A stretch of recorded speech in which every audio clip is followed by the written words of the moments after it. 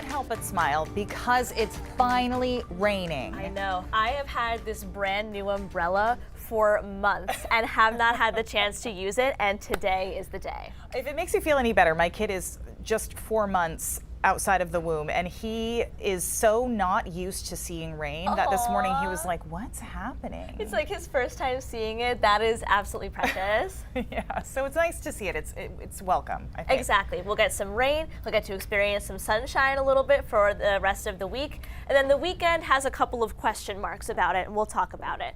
But temperatures right now, if you woke up this morning and thought, man, it's cold, you would be absolutely correct. Look at our current temperatures. Most of us right now in the low to mid 50s, a couple of low 60s out there, 60 degrees right now in Wiscasset, but significantly and starkly colder than it was yesterday. Some of us seeing a temperature change from the past 24 hours of nearly a 30-degree difference. So this cold front has been particularly strong, bringing in both a change in temperature, some higher wind gusts as well, and some much needed rain. So at this point, most of the rain is in the eastern half of the state, and we're already starting to see some drying and some more sunshine coming in behind this front. So it'll be a little bit colder for the rest of the day, but then we will start to see a bit more dry weather as we go into later this evening and during the overnight hours. Therefore, overnight, it is also going to be a little bit colder. Now, I don't think it'll be frosty everywhere, but in some of those higher elevations up in the mountains, that's where you might see a little bit of frost overnight tonight, because those overnight lows will be down into the upper 30s and low 40s.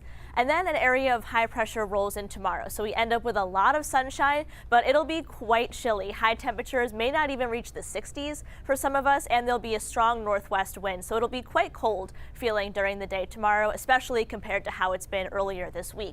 And Friday ends up another day with a fair bit of sunshine, maybe a couple of degrees warmer, but still definitely on the cooler side, especially those early mornings will get frosty in a good number of places.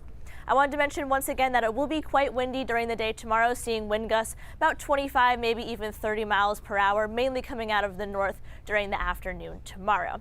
And then the weekend has a couple of questions. So we're watching this coastal low pressure system, and that will be moving up the coast throughout the second half of the week. And the big question here will be just how close this system gets to us. And there's a little bit of uncertainty. One of the models has this system staying mostly to our south, so we would get an increase in cloud cover, but no precipitation. The other major model that we use doesn't agree. It says that this one will move much farther north and will end up with a good, decent bit of precipitation. So obviously we'll be keeping a close eye on that area of low pressure as it continues to progress. And earlier this week, it felt a little bit summery, but we're going to be taking a step back from those summery temps. It'll be quite chilly during the day tomorrow, and even as we get into the weekend, those temperatures in the 80s might be long gone because we'll be looking at a lot of temps in the 60s. Marine forecast sees 4 to 6 feet. We do have a small craft advisory in effect there. So here's a look at that 7-day forecast. So that rain will continue to taper off as we go throughout the rest of the day. And then those high temperatures will be quite chilly, especially tomorrow, a bit breezy as well, but a lot of sunshine as we get into the second half of the week, into the beginning of the weekend. And Amanda, as I mentioned, we'll be keeping a close eye on that coastal low pressure system to see if we get some more precip for the end of the weekend into the beginning of next week. We could use it, so we'll be keeping an eye on it. Yeah, all right. Otherwise, that cooler air definitely feels different. Oh, the fall weather is here to stay. All right, Dana, thank you. Just a reminder, by the way, you can get a live look at the weather moving through your area anytime you want by downloading our new Center Maine Plus streaming app to your TV. We recently added a 24/7 live stream of the weather radar. It's a great way to check conditions before you go out for a walk or a drive. You can download our new Center Maine Plus streaming app to Roku, Apple TV, or Fire TV. Coming up, we'll introduce you to the